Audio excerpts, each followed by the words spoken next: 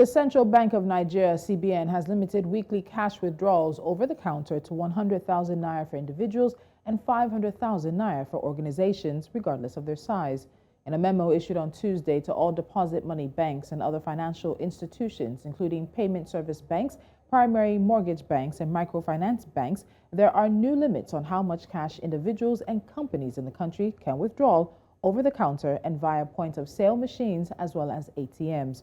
The directive comes as the CBN prepares to release redesigned 200 naira, 500 naira, and 1,000 naira notes into circulation next week. The directive also mentioned in the memo will take effect from January the 9th, 2023. Joining me now is Gospel Obele. He's the chief economist for Streetnomics and, of course, a regular here on Business Edge. Gospel, thank you so much for joining me. Thank you for having me. Good morning, Tolulope. So the announcement of the limit for cash withdrawal, it comes just weeks after, of course, the CBN governor announced the redesign of 3 notes of the naira. And one of the main reasons given was that this was to help control the currency in circulation, bringing all of that money that was out of the banking system back into the banking system, and also tighten the money supply to address the issue of rising inflation, which for Nigeria hits a 17-year high in September. So in terms of the policy steps we've been seeing in the past several weeks, where does this particular policy on cash withdrawals seem to fit into the picture that the CBN is painting? I mean, once again, thank you so much for having me. Yeah, so what we've seen is a series of actions and steps and policy actions to a large extent that seem as though there is a long-term play the central bank is trying to put forward.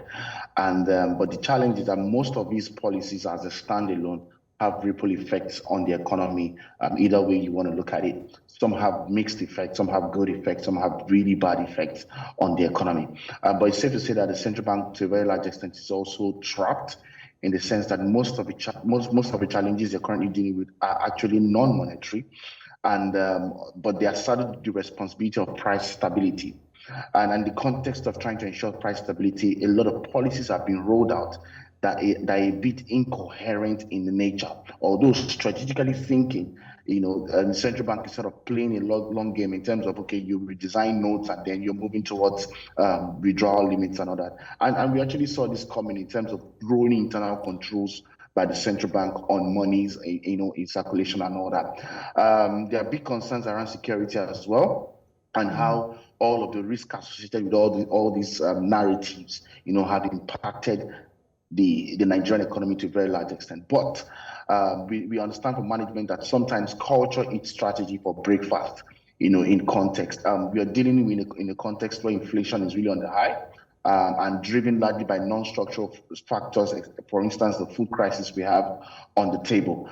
And I do not really think, in as much as this policy makes sense in one way or the other, I do not think that even though it may achieve some form of growth in e-transactions, I do not think it will achieve the point of a cashless economy, flush withdrawn money in supply, especially in the mid to long term, because once Nigerians begin to get a hang over this new reality, there will be an increased cash stack on the economy, because I don't think any Nigerian in the real senses will want to be in a position where they probably do not have enough cash to run their engagements. Yes. Let's not forget that it's a 60% driven informal economy to a very large extent. So at the end of the day, at the end of the value chain, cash is still a major part of the Nigerian monetary system. And funny enough, when we have these conversations, cash is still king across much of the African continent. Yeah. As much as there's penetration, Kenya is leading the way with mobile money services, and we've been cashless or had this policy drive since about 2012. There is still so much cash because we continue to be a cash-based economy. But let's start to pick pick apart some of the points that the memo mentioned, and particularly with the informal sector aspect of it. So individuals will only be able to withdraw 100,000 naira per week from over-the-counter POS machines, ATMs as well, a limit of 20,000 naira per day, which we'll also get into, and organizations can only access 500,000 naira per week. What do you make of these limits? Is there sort of a ban that it seems that the CBN was targeting in terms of the everyday realities, again, referencing the informal economy that is largely part of what Nigeria runs? How does this play into all of that? What do you think of the limits? The CBN is trying to control supply. I mean, the supply of money in the economy. There is already, a lot of monies in the system, and they've probably done that by mopping up, and by redesigning the currency and all. But to a very large extent, you're faced with a very worsening state the currency, in terms of the value of the currency and its purchasing power. So the big conversation is how much and how far can 100,000 naira go on a weekly basis?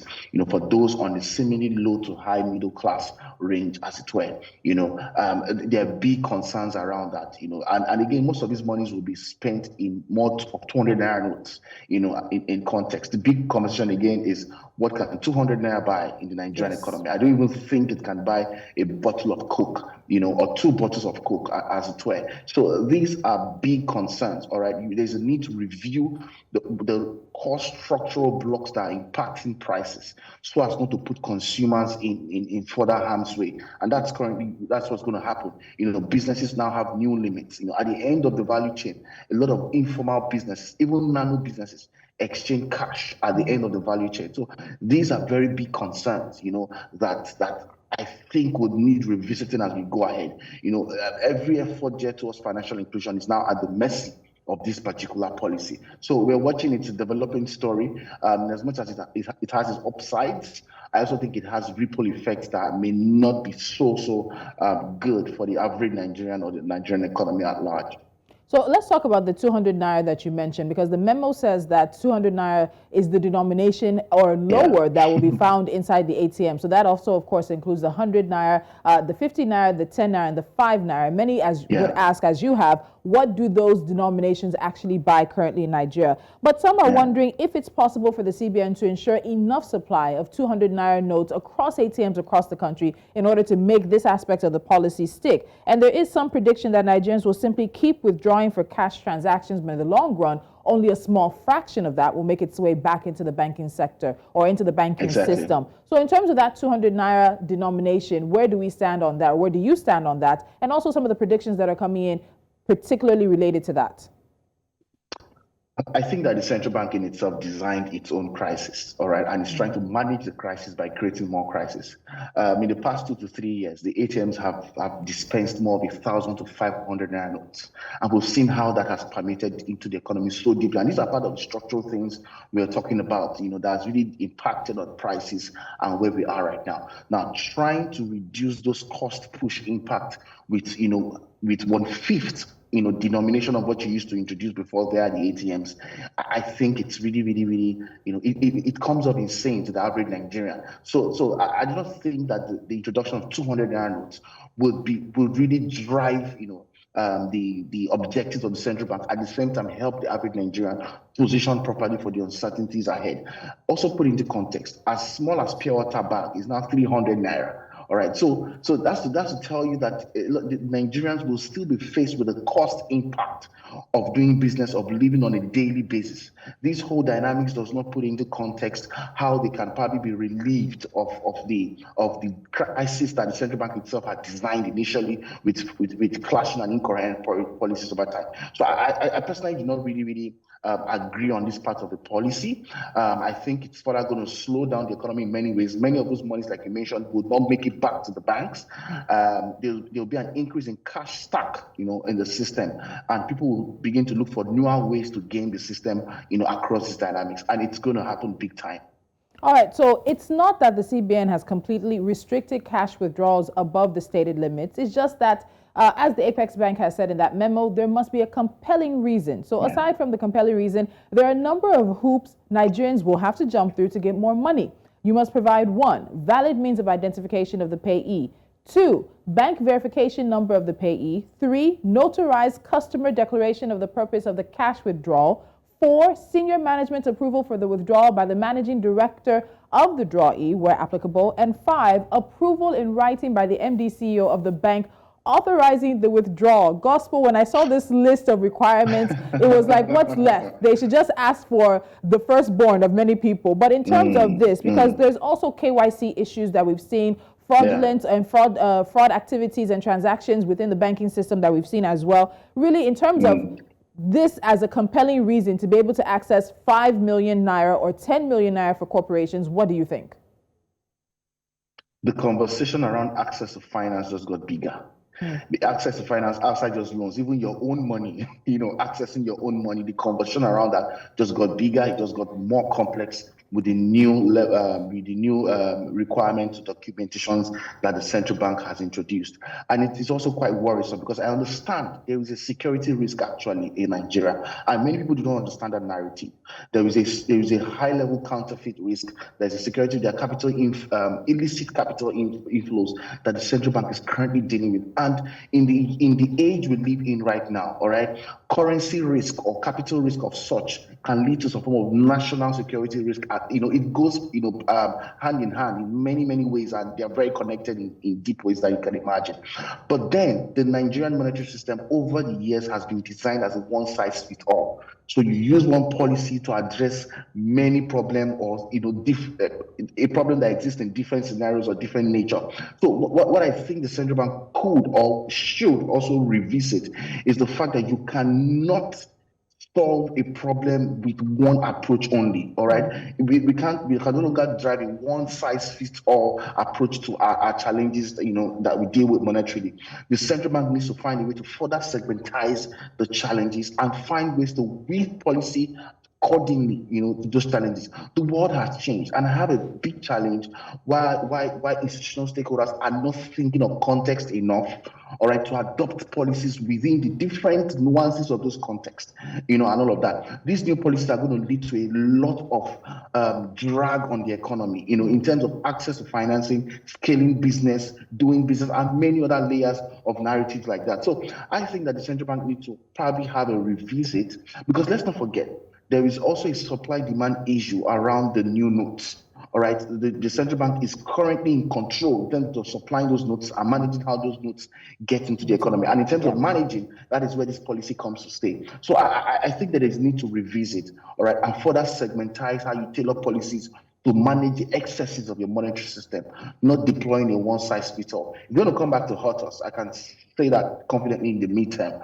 It may work in terms of inflationary management and money supply in the short term, but it's going to come back to hurt us big time. And the average Nigerian is already in a very precarious state right now of consumer spending and dealing with the cost of living crisis. So Nigeria has been on a cashless policy drive since 2012, and the success has been staggered across the country. But in recent times, there have been many more complaints of fraud coming from Nigerian consumers, as well as several issues within the banking system that have been raised. I know I have a bank that when I try to use their online banking system, I may not be able to access it for 3 days. But this is a directive that's pushing Nigerians to go into more of the cashless policy and into that situation. What do you think about that in terms of what the banks need to do, what the CBN itself needs to put into place to make this successful? Because I'm hearing that there are some positives, potential positives in the short term, which we'll get to before we wrap up. But beyond that, if this is a directive that's here to stay, how do the banks that have had so many complaints of fraud and, of course, banking system issues in the past few months and into a year address this pressure that's going to come to them? Yeah, the pressure is going to come, in higher, deeper, and more nuanced ways. In fact, even the INR, we don't know where that is today. So the conversation of financial inclusion and scaling the cashless economy has not been properly achieved or properly addressed within the context.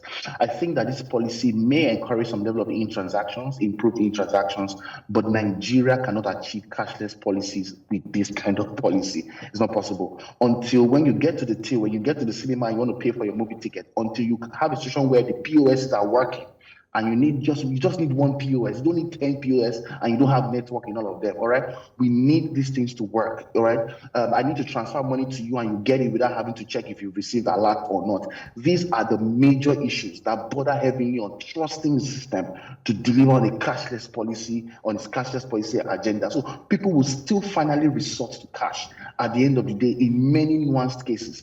All right, so and yes, I agree with you. It will also give room for more cybersecurity challenges and hacking, and threats and all of that. So the central bank needs to work closely with the commercial bank, to improve on banking security, e-security, cybersecurity, and being steps ahead, in managing hacking and all of those dynamics on people's funds. Let's not forget that. Again, what this policy also does, it reduces the trust that Nigerians have in their financial institutions. And the fact that trust is being broken is also, a sign to show towards that Nigerians will look for more ways, to beat the system, within the context of how do I stack cash and move past this whole, withdrawal limit. And also to state, to realize, Nigerians do not mind if they have to pay 5% more in terms of a penalty or a requirement rationale to access more than 1,000 naira, weekly. A lot of Nigerians do not mind. They would rather sacrifice that 5K to get a 195,000 naira. It happens in many cases. So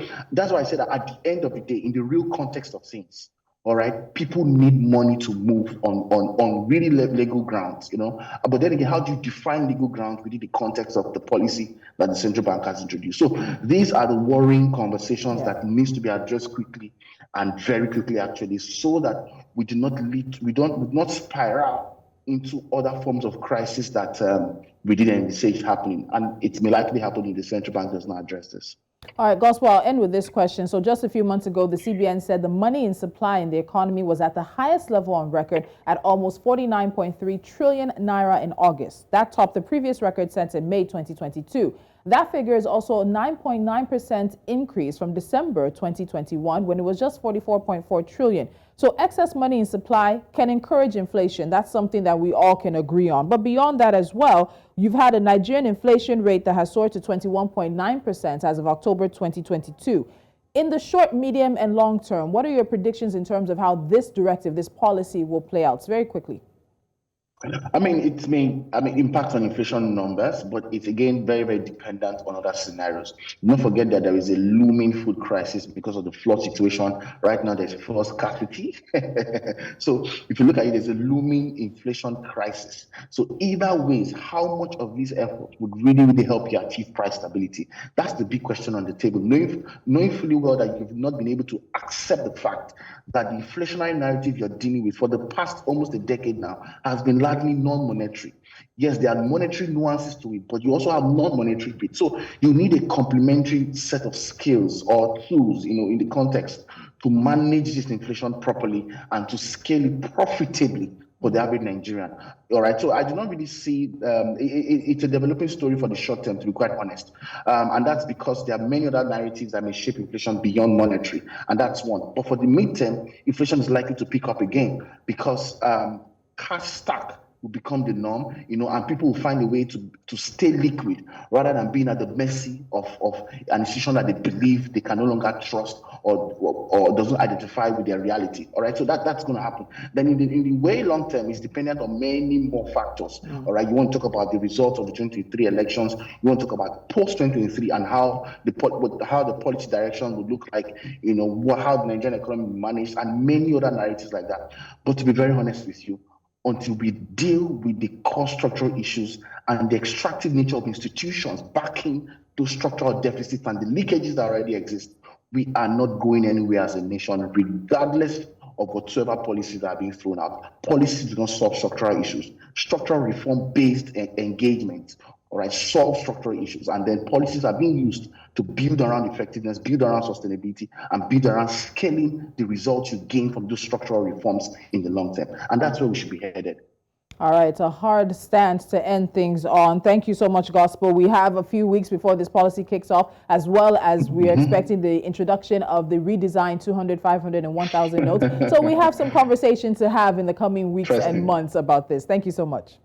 Thank you so much for having me. Looking forward. All right. Have a good day. And across the continent, cash is king, as well as in Nigeria. But with this policy from the Central Bank of Nigeria, how much longer will cash remain king? Individuals in the country are restricted to 100,000 naira per week, a 20,000 naira per day limit, while companies are going to be restricted to 500,000. But with a compelling reason or two and some signatures here and there, you could get maybe 5 million as an individual and 10 million as a company. There's going to be more reactions and more conversations to this policy announced yesterday, and we'll continue to bring them to you. Watching Business Edge, international business news is up next after the break.